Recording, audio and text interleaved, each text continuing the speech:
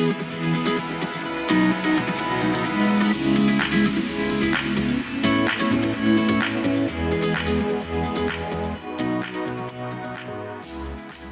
projet Tomcar Permafrost est un projet financé par la Commission européenne et qui porte sur l'étude des flux de carbone des fleuves arctiques vers l'océan. Et la particularité des fleuves arctiques, c'est qu'ils sont soumis au pergélisol.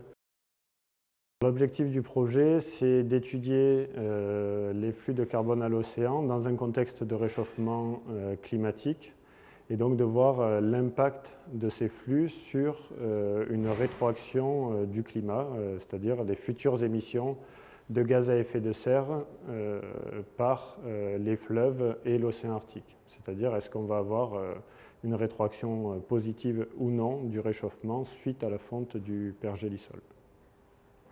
La Sibérie, moi j'ai une formation initiale au Canada, l'Arctique, c'était l'Arctique canadien. Pour la France, l'Arctique, c'est la Sibérie. Donc, quand je suis arrivé en France et à l'INP, j'ai décidé de monter mes projets en Sibérie. La deuxième grande raison, c'est que c'est un rêve d'enfant d'aller travailler dans ces pays-là, d'aller travailler sur les grands fleuves sibériens. Et donc, voilà, le lac Baïkal, les grands fleuves, c'est une passion. C'est un projet international avec des partenaires américains, canadiens, mais surtout un partenariat avec la Russie qui est particulièrement stratégique parce que je pense qu'une grande partie de la recherche environnementale va se dérouler dans le futur en Russie et particulièrement en Sibérie où il y a tout à faire au niveau des études environnementales. Donc voilà, on est culturellement proche des Russes et de la Sibérie. Et donc, pour l'INP, c'est particulièrement intéressant de développer des collaborations avec des collègues russes.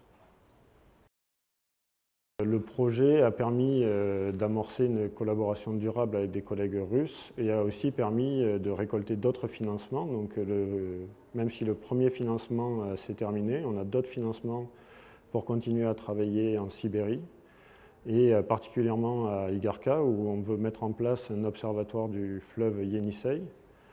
Et également un nouveau projet qui est en cours de montage avec une idée beaucoup plus large d'inclure l'économie et le social sur la dynamique de la communauté et de la ville d'Igarka.